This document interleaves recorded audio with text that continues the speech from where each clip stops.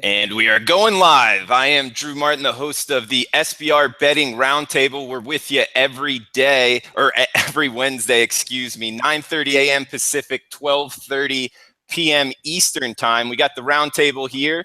We'll go right around the horn. Mr. Donnie Rightside, you're with us from Orlando, Florida, correct? Yes, we are. I mean, vacation is for the weak and the weary. There's money to be made out there. Send the wife and kids out with the credit card. Send them to the pool. Let's make some money right here. Absolutely. All right, buddy. Good, good to hear from you. Glad you're making it on the show from a different location. But Ian Cameron up in Canada, how you doing, buddy? I'm doing good, Drew. I like how you've got your signature intro now. We are going live. It's like Paulie Howard on Sportsbook with the yes. You know, everybody's got their own little thing they like to do, but that's a fantastic. Yeah, great show coming up. Baseball, hockey, basketball, some soccer, everything. Every sport you can shake a stick at. We're going to be talking about it from a betting perspective. Excited to do it as always with three great guys. Yeah, absolutely, man. And last but certainly not least, big man on campus. Jeff, how are you doing today, man? I'm doing good. Yourself? Doing good. And actually, I wanted to throw a curveball at you guys. For best bets, are you guys going to allow me to do the Minnesota Twins minus 101 at Penny right now? I would actually wait on that. I mean, if Minnesota's up 4-0, absolutely go ahead with it. Well, it starts in 3 minutes. So am I good to lock that in for you got to get go ahead, man. Yep. First pitch is coming up. Yep. All right, I'm on Minnesota Twins minus 101 at Penny. Obviously back in Berrios. I think this guy's underpriced, young arm, flamethrower. I like him a lot. I know he had trouble last year, but this is a new season, and Ian Cameron and I talked about it yesterday on the show. So we nailed the shit out of that line move, Drew. We said it on the overnight show yesterday. Twins are going to take money. If you like Minnesota, bet them sooner, not later. And boy, have they ever taken money. Over 30-cent move here, and unbelievable money just pouring in on Barrios hand over fist.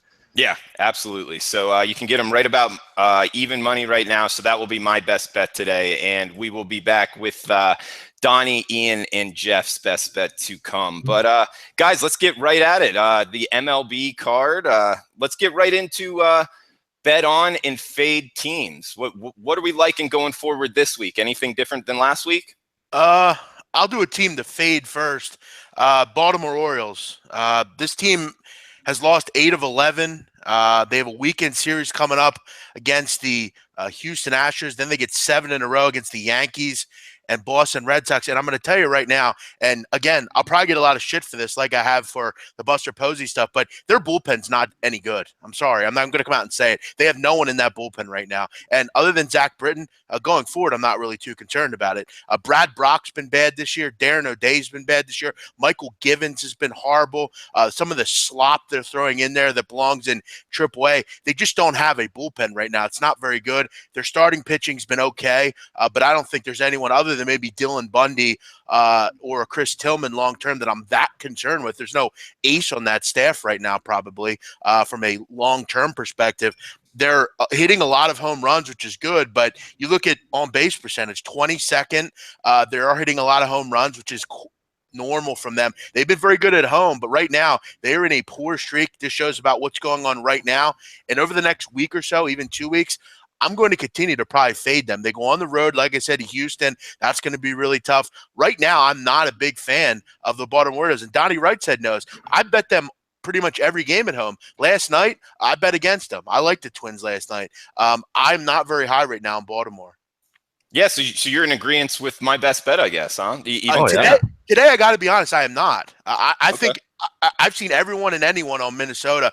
Berrios, though, I do love. I will say that. Last night, when you look it over, kind of on the surface, Berrios is great. I am slightly concerned, though, for some reason about him in that park. I don't know why, but you know what? I don't think you're ever wrong, Drew, with that play. Berrios has been fantastic, and I think right now it's hard to bet on the Baltimore Orioles. So yeah, I guess in a roundabout way, I do kind of like it, but I'm just concerned with so many people. All I see is twins on Twitter. But I wish you all the luck in the world, Drew. I'm sure you'll be just fine with that. Well, thanks for that, man. I guess the market is in agreement, so that's a good thing, like Ian pointed out. But yeah, you know what, Drew? You know what's if you're scared a little bit about this Minnesota bet, and I sometimes am when I see this kind of line move. This is like 35 cents that the line has moved toward Minnesota here. But these huge moves in baseball lately have really been winning and working out lately. Look at Minnesota and the over taking money in the first game of this series, Monday night with Gibson against Jimenez. That was nothing but Minnesota money, nothing but over money.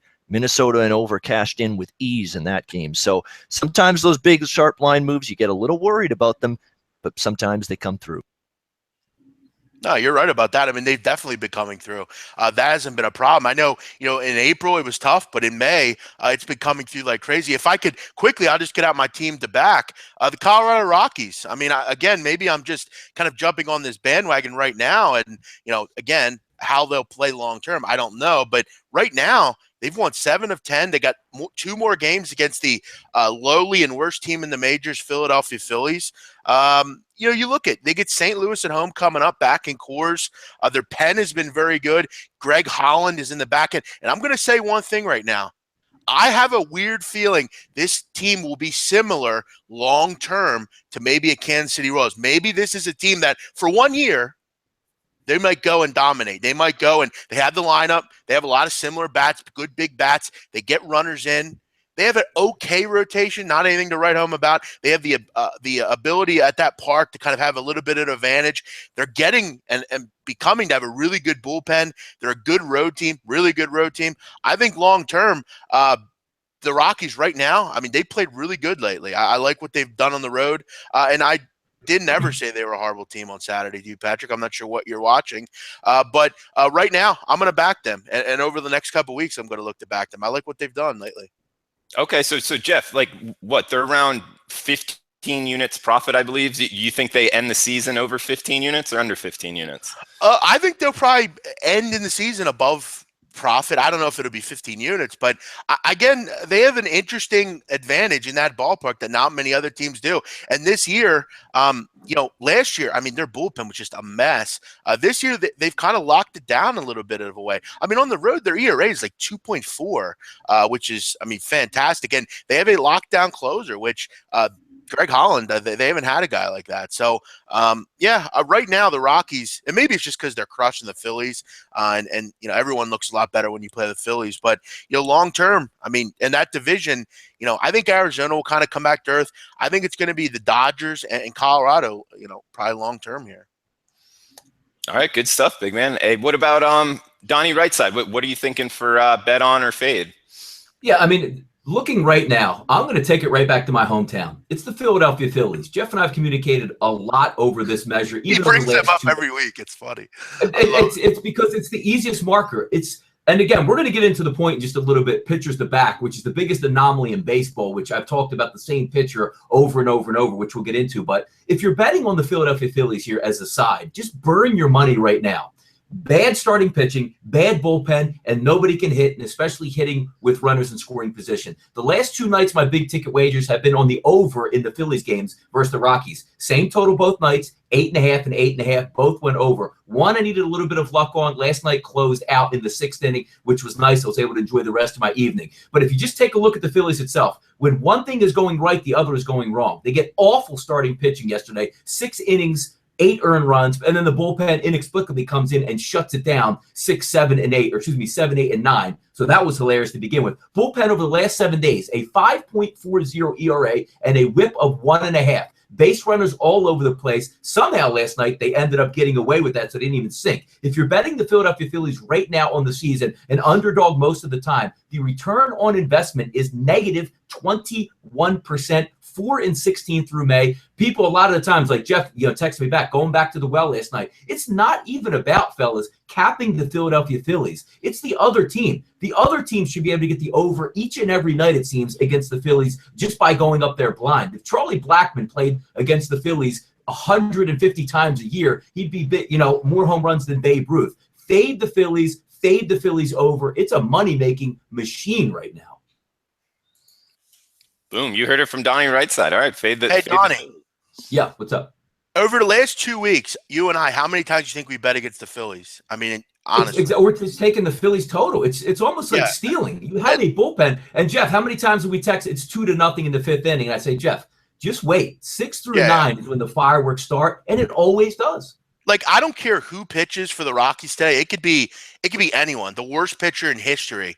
You're going to have a chance. I mean, the Phillies can't hit. They have an awful lineup. They are the worst team in baseball. You can't make the argument that San Diego. I mean, San Diego at least has someone in that lineup. They have Will Myers somewhere. I mean, they have some people in that lineup that are okay. The Phillies have nothing. There's nothing about them that's interesting from a betting perspective. Nothing. I agree. Well, Ian Cameron, what are you thinking for bet on or fade? Well, if the Phillies are going to win a baseball game, maybe it's tonight just because Hellickson's 8-1 in his last 9 starts this year, 4-0 at home. But this is it. I mean, this has got to be the game if Philadelphia's going to win a game. And from a price perspective, you can still get Colorado minus 120, 25. Short, a reasonable road favorite for the much better baseball team. So from a value perspective, there probably still is on Colorado, even though I'm not at all a very big Tyler Chatwood fan, but who knows? Maybe it doesn't matter tonight in this particular game. But, I think the St. Louis Cardinals are a team worth keeping an eye on as a bet on team for me moving forward. I know they had a tough loss in extra innings last night against Kershaw and the Dodgers, but they're a team that's definitely hit the ball better lately. Starting pitching, not too bad as of late. Their bullpen still concerns me, but I think St. Louis definitely has been playing better baseball as of late. I would say the Milwaukee Brewers, are a team that also continues to, provide some decent value. They may level off at some point, but I think what I've seen from the Milwaukee team, their offense has been getting the job done. Obviously, being able to get Braun back will certainly help. Bet against team. I'm going to stick with, even though they're a bad baseball team, Drew, San Diego Padres look just absolutely terrible. The run line bet against them, you're not going to get any value at the money line, but the run line bet against them seems to be working a lot. They're just not hitting well enough. They couldn't hit Matt Harvey very well last night at all, and that's bad considering Harvey's struggles. The bullpen is a disaster area. They're awful defensively as well. I've seen them commit a ton of mistakes in the field, ton of errors. This team misses Bud Black. I mean, Jeff and talking about how great Colorado is, and Bud Black has made a difference with the Colorado Rockies. He's a great manager. He can manage a pitching staff. He can manage a bench. He's a huge upgrade from Jim Tracy, Walt Weiss, and the clowns that came before him in Colorado that didn't know what the fuck they were doing. Bud Black does. I mean, it's been a huge upgrade at the managerial position for Colorado, and the San Diego Padres miss that guy. They have no leadership right now, none, zero from that current manager. He's another guy that's got no clue, totally lost in the weeds. And San Diego, to me, is just an absolutely dreadful, dreadful baseball team, and one that you can only fade at this point. Now, Ian, I got to ask you though. I kind of like them tonight, to be honest. I mean, Selman is a joke.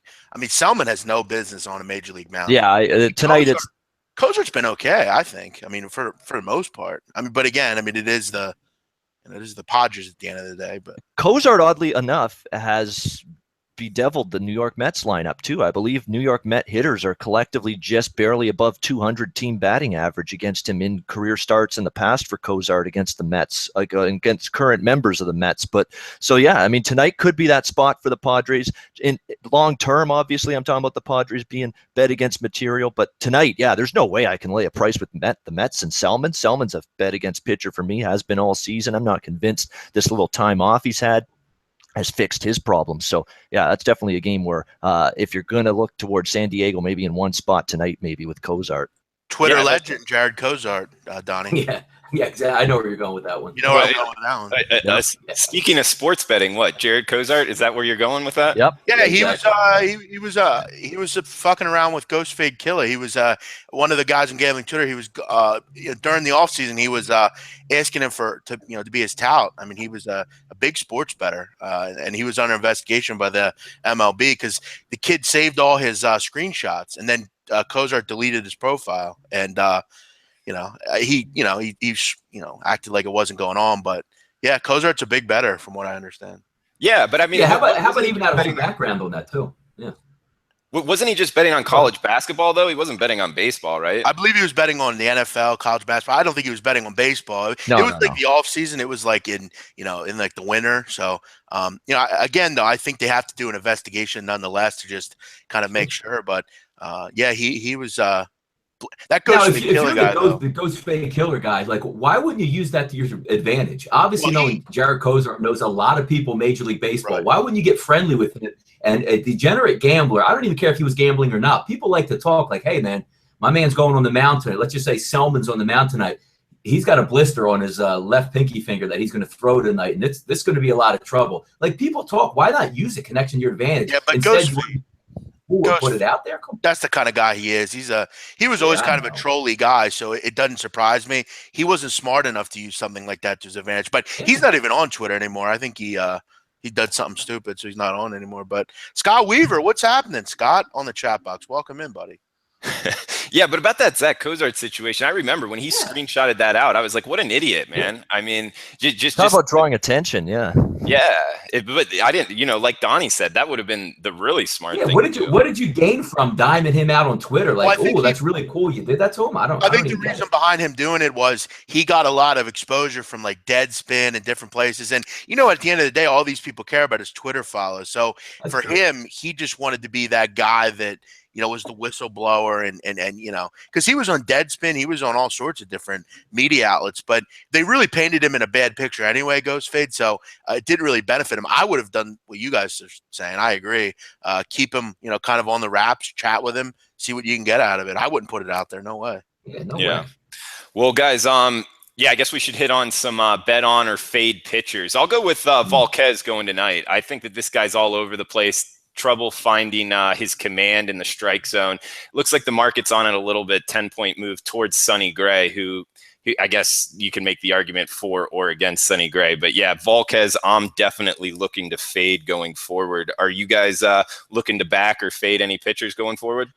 Yeah. I mean, I'll give two quickly, and I'm sure Donnie will be on board with this. Zach Eflin. I mean, I've talked about this guy for weeks on end. Zach Eflin had a couple good starts to start the year, but like last year, he was a wolf in sheep's clothing. This is a guy that in May, opponents are hitting .411 off Zach Eflin. He has a whip of nearly 2 over his last 10 innings. 15 earned runs and 21 hits. The writing was on the wall with Zach Eflin.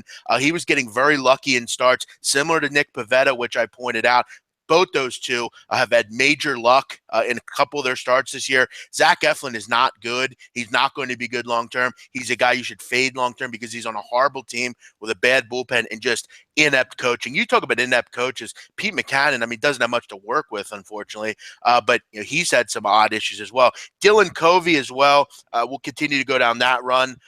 This guy's only going past the 5th inning 3 times in 9 starts. He's overworking that bullpen. He should not be in the major leagues. It's time to send Dylan Covey down. I know you need someone up there for Carlos Rodon, but there has to be someone in AAA that you could throw out there over Dylan Covey. Dylan Covey puts you in a horrible position every time he pitches. Opponent shooting .331 overall against him. He just can't get major league hitters out. I don't know how else to spin that. He hasn't had one good game this year. I know he struck out 9 batters one time, but I think at the end of the day, he still gave up all sorts of runs. Dylan Covey doesn't belong in the major leagues right now. I agree with you. I've been fading him a couple times, so I like that call, big man. What about you, Donnie? Anybody do back or fade? I got 2 and 2 here for us. Yeah, let's go with 2 pitchers to back right off the bat.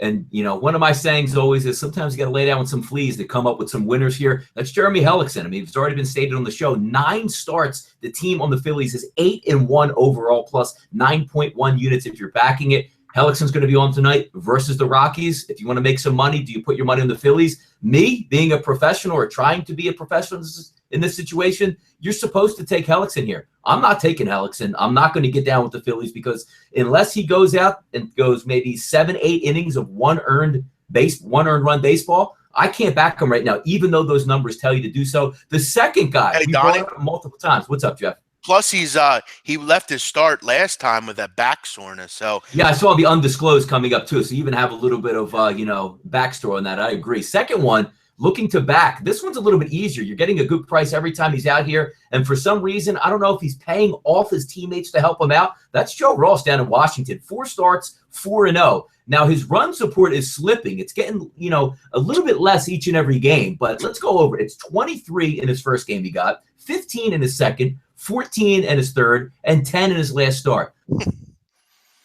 Amazing. So a stun every single inning, he's still fine. One of the most that I've seen. Maybe you can go back. I don't know who can check those stats out, but they have 4 games of double-digit run support and teen double-digit run support, over 20 runs. That's amazing. Pitchers looking to fade here. Jeff already said one of the Phillies pitchers. Let's just go with his twin. Why not? Nick Pivetta, 4 starts, 5.12 ERA. When your whip is approaching 2, that means every single inning you're allowing almost 2 base runners there. That's unbelievable to take a look at. The other one also you might want to fade here, and he's pitching tonight, Tehran at home. 5 home starts, 10.5 ERA, and a 2 whip at home. Those guys right now are lights out and just pitching batting practice. So 2 I like would be Hellickson and Ross, even though I'm not going anywhere near Hellickson. I'm not a just because I gave that out doesn't mean I'm going to take that play tonight. I'm not going anywhere near. But Tehran and Pivetta, 2 guys that you want to fade, and you probably make some money, even going against with taking team totals against those.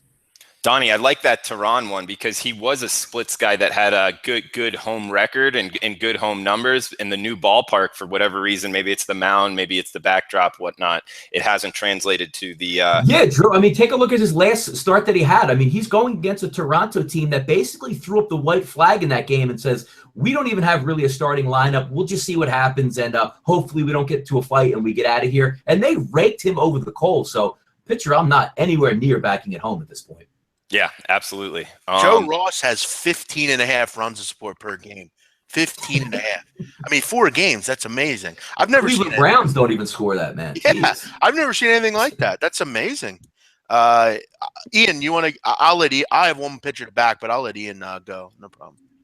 Yeah, in terms of one pitcher to bet on, it's actually an Atlanta pitcher, but it's someone different. It's actually Mike Fultonevich. I'm starting to get impressed with what I've seen from him.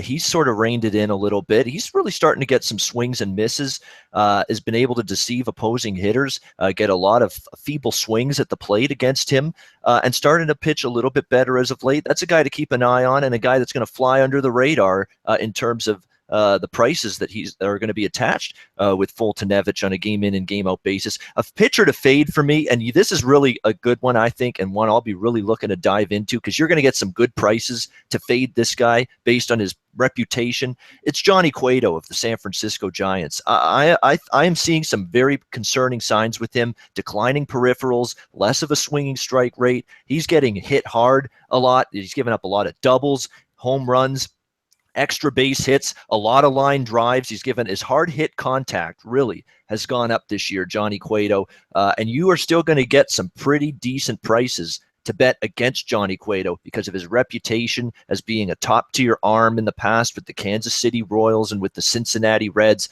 This isn't that Johnny Cueto anymore. Didn't pitch well necessarily in the playoffs a couple of years ago with Kansas City, was up and down last year, and I think he, especially in his last couple starts, has really struggled, really labored, really given up some hard contact, and you're going to get a decent bargain to go against him. So I will be looking for spots to go against Cueto moving forward.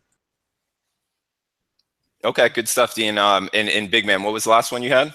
Yeah, this is a pitcher really quick that I wanted to talk about. I've been a big fan of his for a long time, but he wasn't good in April. 5.22 ERA, 5 home runs, wasn't going deep in games. Jose Quintana, the move he's made into May has been something that no one's talked about, but I'm not sure why we're not talking about it. You look at it in May, I mean, 7 innings or more in 3 of his 4 starts. Opponents are hitting 194 off of him, and he's only given up 1 home run. Keep in mind, he gave up 5 in the month of May. He's gone 28 innings. He's only given up 8 earned runs. They don't have much in that rotation other than Quintana. And what I like about him long-term is he's going to put on auditions a lot of the rest, until July for other teams. He will be on the trading block. The White Sox are not a team they're not going to compete here. They have to try to, maybe move on and get something back. A team's going to look for Jose Quintana. If he continues to pitch this well, he might be one of the more sought-after names with the way he's pitching. I told everyone, with the way he pitched last year, that April was a facade. That wasn't who he was. He's done a complete 180 in May. He's been a much better pitcher, and he's been their best pitcher. He's going to be someone that someone's going to look at after at the trade deadline. Yeah, good stuff, Big Man. I took some notes on fade and bet on. I know we've been doing good with that going forward in the last show, so hopefully that shows up this week. And Guys, just before we get into today's card, got to mention we got Zach Jones here, the marketing guy running stuff here. He wanted me to give him a shout out on Twitter, so give him a follow at Zach_SBR. He's going to have a new show called The Editor's Note, where he has a little kind of like update on all the shows going on. So that will be a good one to watch. And also, wait. We're going to get Zach on camera? No way. Awesome. Oh, yeah. Yeah, he's about time. We break him in. He's got to get the microphone in front of him. Yeah. How about that? He's going to get some FaceTime, so it should be exciting. But hey, Zach, keep the surfboards out of the background, all right? Dude, he tears it up out there. I know. I'm sure he does. Yeah, not many guys get on the waves like Kelly Slater over here. Kelly Slater.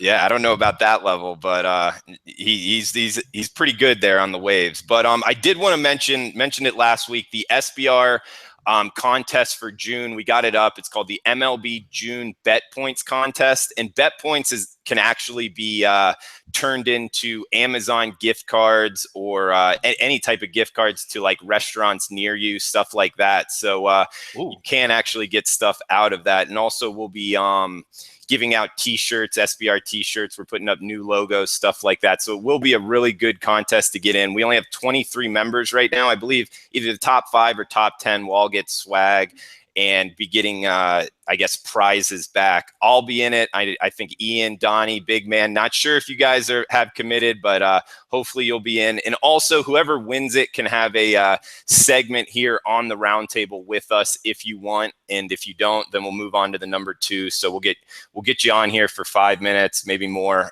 talking about how you handicap games. So hopefully you guys will be in, and the listeners will be in as well. As we inch up towards 100 live listeners, feel free to give us a like, not a dislike, a like. Don't be a lurker. We'd really appreciate it if you guys are enjoying the content. But guys, let's get on to today's card. Anybody liking anything today? I know we like Cozart, San Diego getting plus points. Chatwood over Philly, maybe. Anything else tickle your fancy? Yeah, I mean, I'm a little concerned here about Sam Gaviglio today going on the road and facing the Nationals. Young pitcher. Listen, we've been down this road before, people. I mean, let's not try to look too deep into this. He's a young pitcher. I mean, really, at the end of the day, look at what Christian Bergman, look what happened to him last night. 14 hits, 10 earned runs. Gaviglio and the Mariners are horrible on the road. It's not a terrible price. I think at this price, Gaviglio, it's possible, probably 70%, that he's going to give up plenty of runs here. It just happens. He's a young pitcher on the road in a ballpark that team dominates in against a really good lineup off of a heating performance.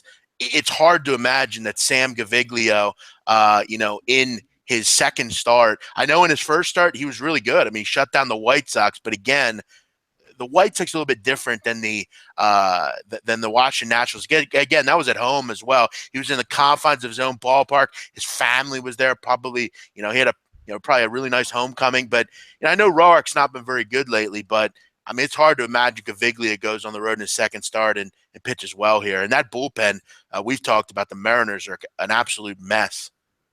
Yeah, I mentioned Bergman on the show last week as a bet against. Boy, did that owl come home to roost last night, or what? Wow. Worst start of the season, I think. I don't think there's any pitcher that got crushed more than he did last night. And that was a pathetic performance in the 6th inning, I think it was, or the 4th inning, whatever it was. He gave up like 7 runs. Big Man, I think this is an interesting one because Roark, I actually lost on him last time out. I don't think he looked that good. Do you like the over here too? 9.5? Yeah, I didn't look Drew much into that. I will say I think you might be onto something there, just because Gaviglio, I think, is going to give up some runs. I mean, Roark hasn't been particularly good lately either. I mean, you look at his 3 starts, 15 and 2/3. He's giving up plenty of runs too. His whip is high. And you look at this year, Drew, you might really be onto something here. 7 of his 8 starts have gone over the posted total. Both these bullpens have been a mess. Yeah, I think you're onto something, Drew. Good point there.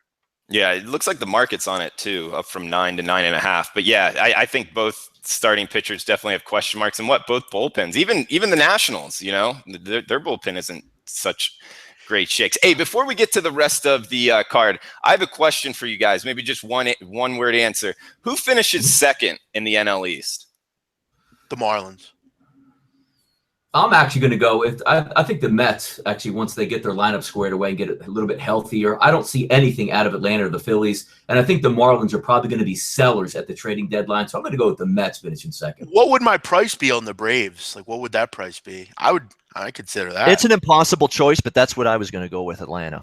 I mean, Atlanta's at least can hit a little bit. I like what Kemp's done. Kemp's been healthy. Kemp's hit. That's a big thing for them. Markakis. They're going to miss Freeman, and I know that's huge. Don't get me wrong, but I think Atlanta has shown you at least a little bit of pizzazz so far this season. So, it's a tough call, but I'm going to just lean Atlanta. They definitely are the worst. That is definitely the worst division in baseball. I mean, really. I mean, what a mess. But I think Ian's right. I mean, R.A. Dickey's knuckleball is only – I mean, it's going to flourish in the summer. It usually will and does.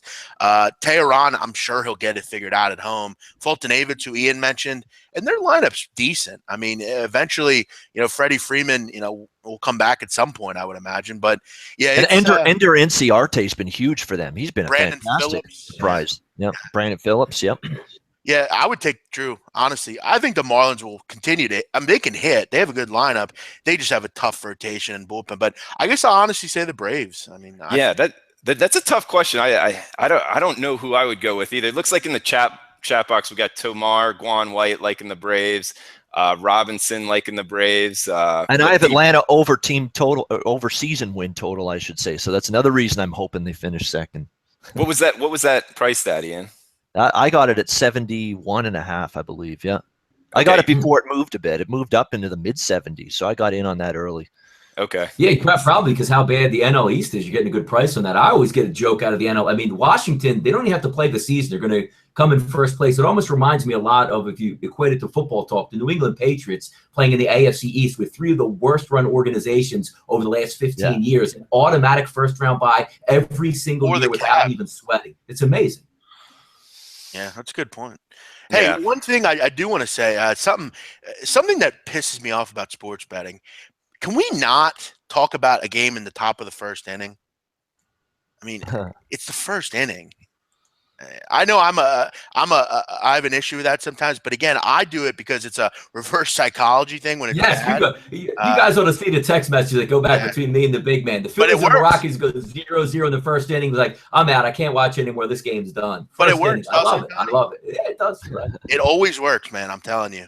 But yeah, Drew's play of the day is off to a nice start. Good early three spot for the Twins. Rolling, yeah, absolutely. In the first inning, though, boys, like we're saying, I don't want to even bring it up. Yeah, I noticed you weren't saying anything about it. Yeah. I noticed all these people were saying stuff, and you were just sitting there hanging out. You don't want to. Yeah, I try to only bring that stuff up, like you guys were saying. If you're losing, like I lost another one, but like if you're winning, don't bring it up. That's what I've learned. But hey, before we get on to NBA, NHL, and soccer, anybody want to hit on anything on today's card?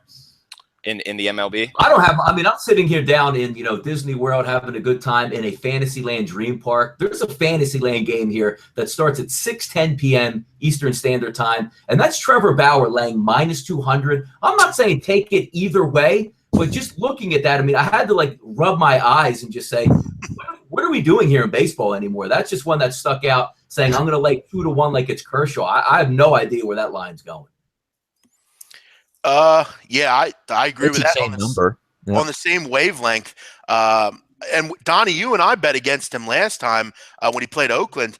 I'll take a shot with Texas again. I mean, Chris Sale, for the record, this is his bad streak, it seems like. But even last time, we took him against Oakland.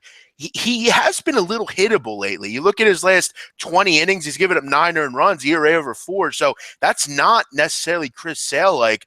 Texas, look, when I can get a price like this on Texas, way Martin Perez has been pitching lately with the way that this lineup drives runs in. They are actually, I believe, first in the major leagues in basically runners in scoring position. They're getting runners in. They've been effective doing that all year. They played very well lately. I think at this price, I'll take a shot with the Texas Rangers. You never know. Late in games, it's not like Boston can hit lefties any good at all. They're only hitting 236. I think Texas in this series, I'll continue to take a shot with them. I took it last night. I'll take it here again. I think it's worth the look here. Chris Sale, this price is too high.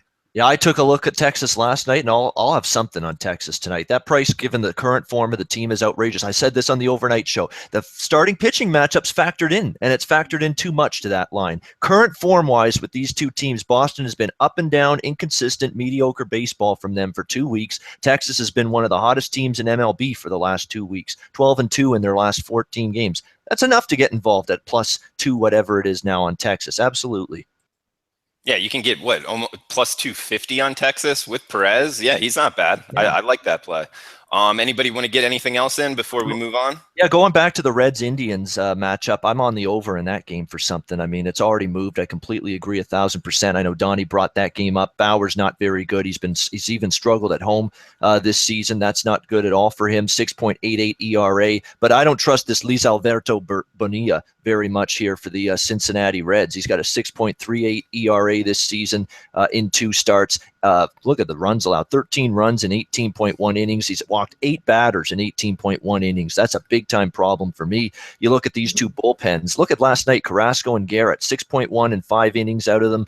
The night before, Tomlin and Feldman, they went 6.1 and 6 innings in that start. So it's a situation where you got 2 bullpens spent, taxed in the first 2 games of this series. I don't think they're going to be able to shut the door late. So we should see a slugfest there tonight in Cleveland.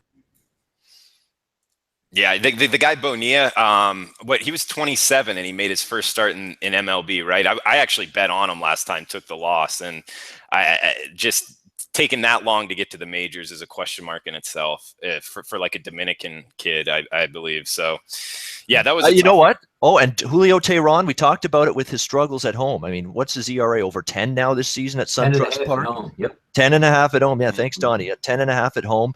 5-18 now for Atlanta.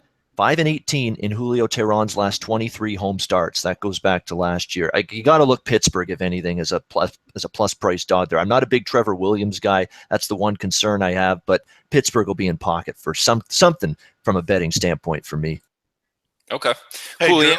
Yeah, go ahead. One more. I mentioned Quintana. Randall Delgado going today for Arizona, coming into place here for Taijuan Walker. It's probably evident that Randall Delgado won't go very deep in this game. I would say 3-4 innings here at most. He hasn't pitched in 2015. He hasn't pitched more than 3 innings this year. It could be a long day for the pitching staff of Arizona, especially if Chicago could somehow scratch some runs out. I think it'll be a decently long day because Quintana, like I said, has pitched well. This might be a spot. Look, I know the White Sox suck, but they're near 500. They're not terrible. I think they're going to score some runs today off Delgado, and I think Quintana continues to pitch well. I can get plus 102 at at some of the books on SBRodds.com. So I would look at that. I think they get the job done today by Quintana and an overworked pitching staff today for the Arizona Diamondbacks. Yeah, and you get that White Sox bullpen. I like that pick. Yeah, amen. Yeah. Good spot, too, trying to avoid a sweep because they've dropped the first 2 games of that series. So should see some intensity from the White Sox. Hey, Donnie, what are you drinking over there, Donnie? What is that little V8 spot? It's actually vitamin water zero and a splash of vodka. It's the only way to start the day, Wow, a little early, isn't it? Yeah, exactly. Hey, celebrate the wins. I love it. Celebrate it. On vacation, drinking. I love it. Good for you, man. Man, enjoying Florida there. That's how you do Must it. be nice. Exactly. I have orange in Florida, man. Must be nice that Donnie writes that, huh? We're all here. Absolutely. We're sitting here in the gutter, and he's out in Disneyland with Mickey and Minnie. Great stuff. Love it. Well, hey, Ian, you want to give us a little something on the ice? What we got? Ottawa versus Pittsburgh. Looks like Pittsburgh's actually taking money up to as high as $2 at Chris. Is Chris a sharp book in NHL as well? Yeah, it usually is. I mean, it's pretty much the same in hockey as it is for the other sports with bookmaker / Chris. One of the more sharper books, not so much the public book that you look at sometimes in terms of line movements. Yeah, all we've got now is we've got the West figured out. Nashville Predators in the Stanley Cup final, taking care of business against Anaheim in 6 games. Now we're just down to who are they going to play, Pittsburgh or Ottawa? Game 7 of the Eastern Conference Finals coming up Thursday night. Should be fascinating because Ottawa, I was able to cash in with them last night in Game 6. I said, you know what, 7-0, classic case of overreacting. Classic case. I mean, 7-0 Pittsburgh home win in Game 5 on Sunday. And all of a sudden, after that result, in Game 6, on the road. Pittsburgh is laying minus 150 last night after they were laying minus 115 and minus 120 in game 3 and game 4 in Ottawa. So there's the inflation in the price. And it's just, classic line value on the Ottawa Senators and overreaction to one game and one result. And as I've often said in the playoffs, momentum doesn't necessarily carry over for a team from the last game. A lot of times it's just one game. It's a single game entity. You file it away. You bounce back the next time out. And that's what we saw from the Ottawa Senators last night. Now, granted, Craig Anderson had to be spectacular in that game, and he was. Pittsburgh did have the better play, better territorial edge, more shots on goal, all of that. But all that matters is the W.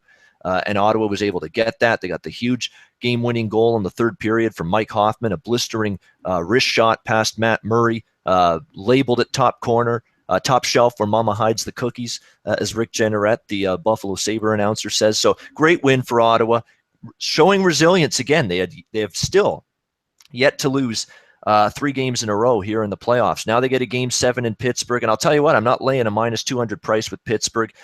Does Pittsburgh win the game? I'd probably say they do. I mean, Ottawa, I don't know if they've got it in them to play that well again. And let's keep in mind, Pittsburgh did outshoot Ottawa last night. That was Craig Anderson that willed that team to win with a fantastic performance in net.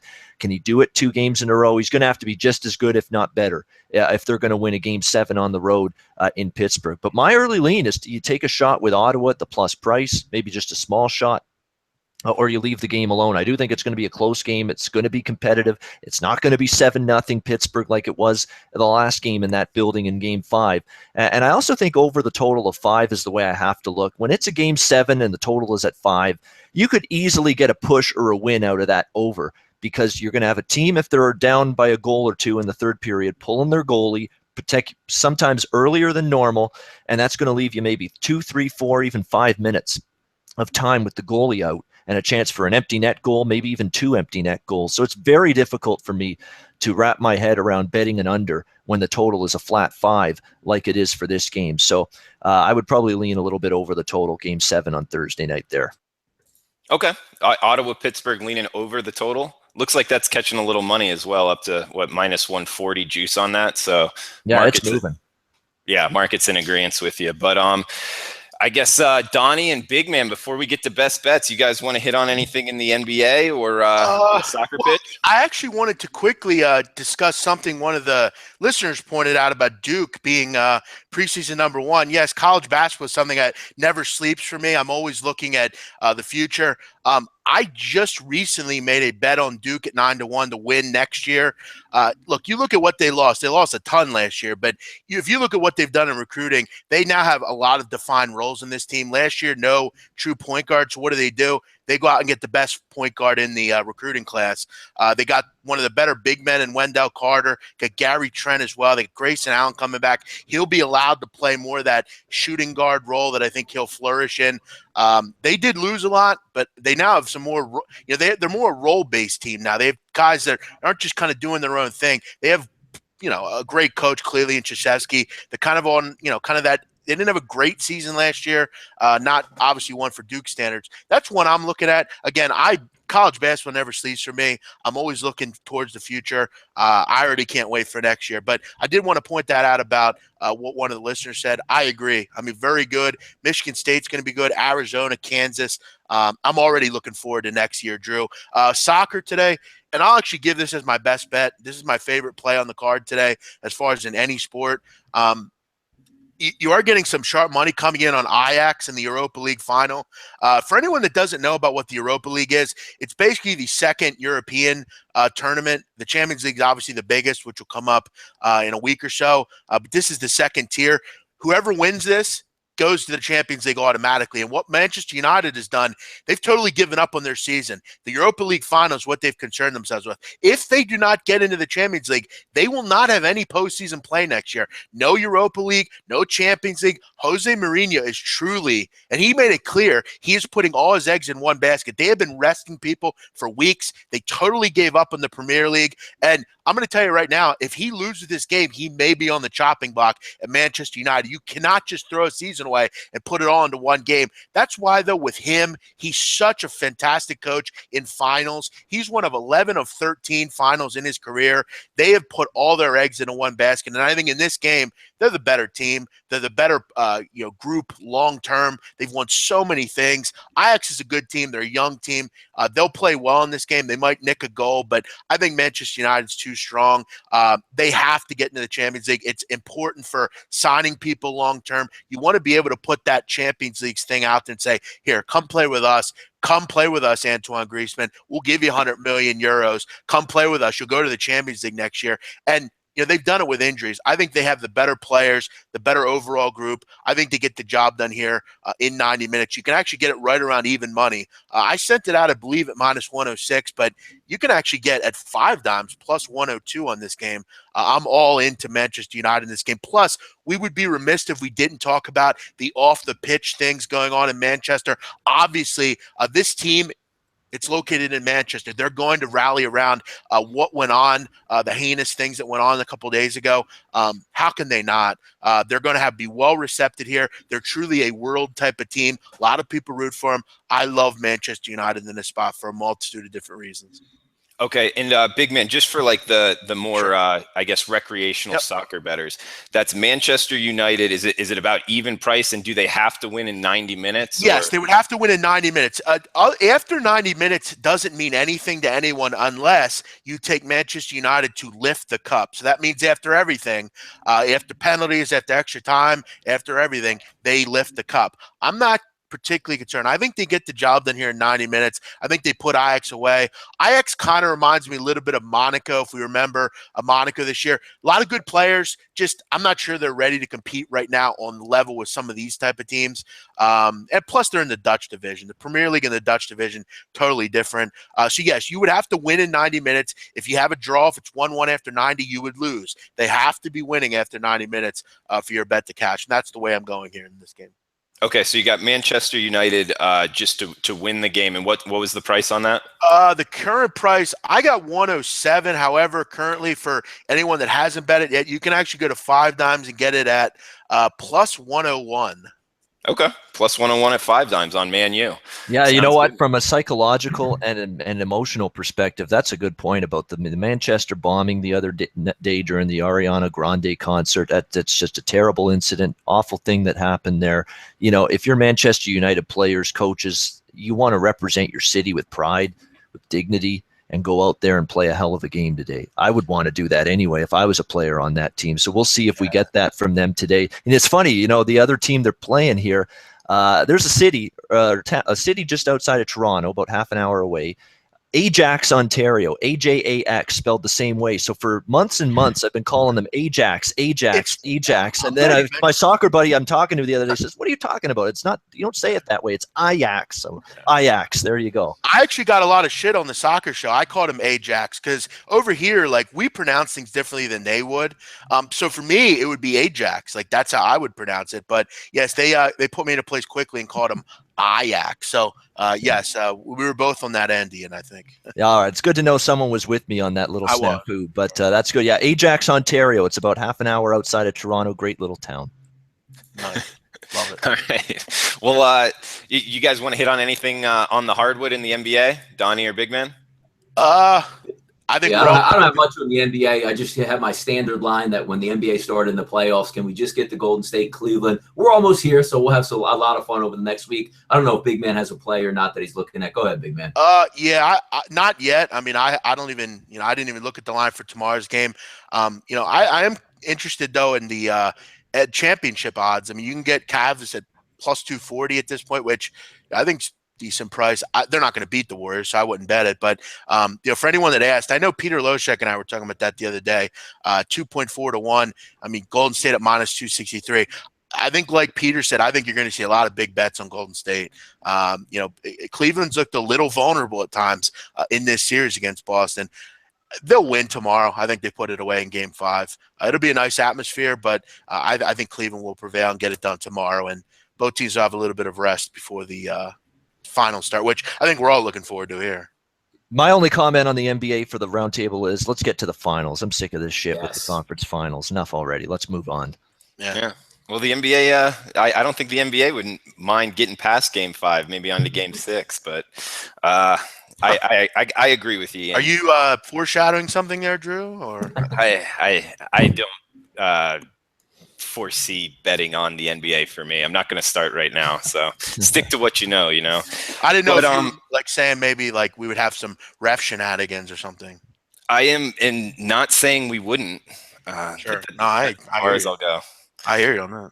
Yeah, but guys, let's get into best bets, finish it off. And we got almost 100 people watching right now. We're trying to keep this info free. So if you like it, please give us a like, not a dislike, and we would really appreciate it. So we'll go right around the horn here.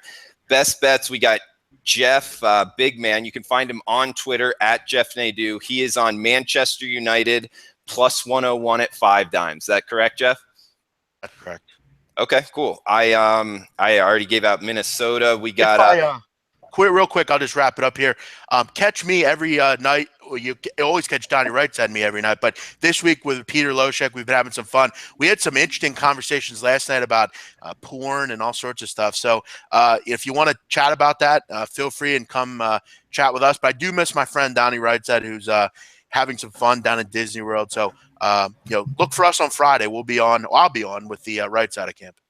Yeah, man. And please, big man, ask him about Tinder in Costa Rica. I will. I have all sorts of stuff I'm going to ask him about because I got him going. We got him going last night. Him and I, we were talking about porn, and he had some interesting thing. We were just talking about like kind of some things we were looking at and things like that. It was fun. We had fun with it. So I'll definitely ask him because someone mentioned that him and I liked each other on Tinder, and which I don't even have Tinder, but I will. I'll definitely surely ask him. Why don't you have Tinder, big man? You got a chick? No, I actually use a different website. I'm not going to expose which one that is, okay. But it is worth. Grindr? You're on Grindr, big man. No. But I have a website. I'm just going to say this. I have a website that has worked out very well for me over the years. Look, I'm not the best looking guy. I'm not the best shape, but there's a website that's fucking fantastic that I use. So I'm just going to say that. Well, you got to follow him. Maybe he'll tell you. Appropriate conversation with Peter Loshak. Porn for the guy with the porn stash. There you go. Yeah. Which he's thinking about shaving. I heard he said. I don't know how true that is, but yeah, he says only girls that are not available, like in relationships, like mustaches. As soon as they're single, they don't like mustaches. That's something you could. I got to say, I'm not. Listen, I never have had facial hair. I never would. Definitely not something I would have, but it's worked for Peter. I feel like so. Who knows? Hey, Bobby's saying on the chat box, "Okay, Cupid." Is that it, big man? No, it is not. If anyone guesses it, I'll say it. Sure. Christian singles? No, definitely. The Jewish farmers only. Christian Mingle. Christian Mingle. Yeah. No, not any of those. All right. Well, you can follow him farmers only. None of that. Yeah, you can follow me. I'm sure someday someone will figure it out, but don't judge. It's fun. It works for me. So. All right, man. Well, let's get on to Ian Cameron at Bobano. You can follow him on Twitter. His work's at sportsmemo.com. A regular contributor all over the place at SBR. And on Twitter at Bobano. A good follow. Ian, what are you liking for best bets today?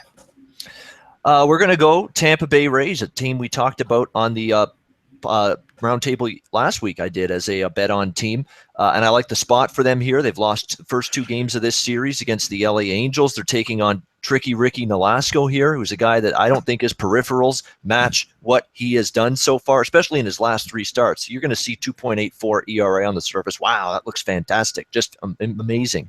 Well, he's given up 14 hits in those 19 innings. He's had 7 walks in those 19 innings. That's too many walks for just 19 innings. And he's had 4 home runs allowed in those 19 innings. I like what I've seen from Tampa Bay. Now, I know they've run into a little bit of a rut here in the first 2 games of this series against the Angels, but I've still liked what I've seen recently from them. And I like Erasmo Ramirez in this ballpark. I mean, Erasmo Ramirez is a guy that at times on the road can be a little bit vulnerable and a little bit hittable. But at home, he's been very good in his career, including this season. He's got a 2.81 home ERA, 5 runs allowed in 16 home innings, 3 walks to 14 strikeouts in those 16 home innings. Very good numbers for him at home. Tampa Bay, is a perfect 2-0 in Erasmo Ramirez's home starts this season, and he has a career home ERA at the Trop of 2.73.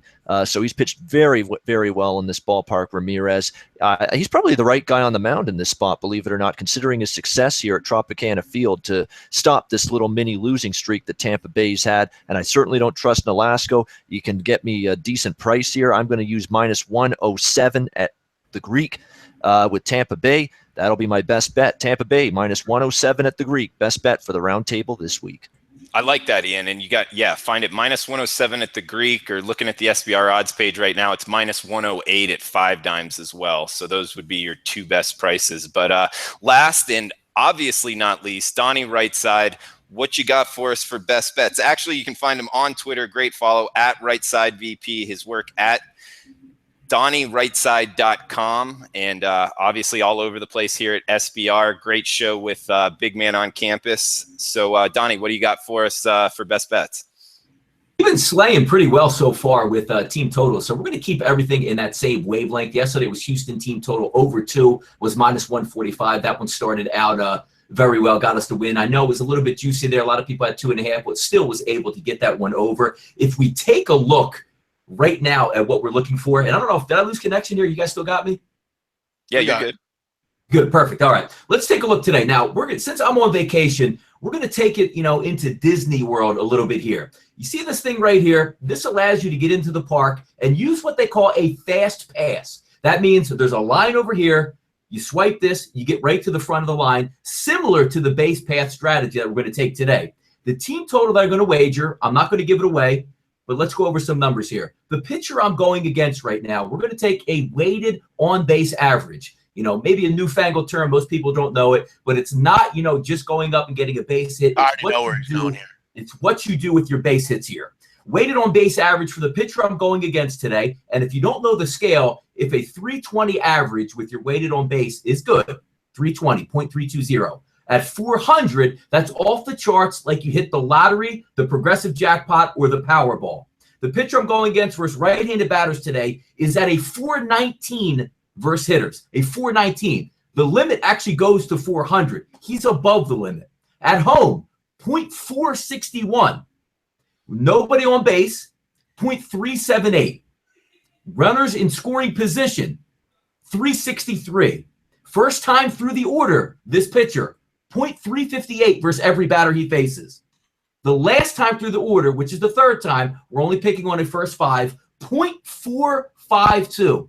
That pitcher is right. He's the Selman man, the G Selman man, the silent G, whatever it is. We're going first 5 again today. Team total over 2, minus 115. I got that line with 5 dimes at 11.45. If it's crept up a little bit, pay the juice on this one. Use your fast pass because Selman will. Every batter today for the Padres will have one of these on and immediately take first base. Let's cast this first 5 over 2, minus 115. I'm going against this guy. He has nothing. Just look at his stats up and down. He gives up runs. I don't even care about the bullpen in this one. Take the first 5 innings with Selman. If Selman throws a shutout, I'll live with it. But put your fast pass on with me today, and let's cash this one in. No argument here. Good stuff, man. So check just out Donnie with the props. I like the. I like. You got it, kind of exactly. Yeah. Yeah, absolutely. It's a great way to end it there, Donnie. So we got team total first 5 over 2 for the San Diego Padres. Yes, that is correct. Yes.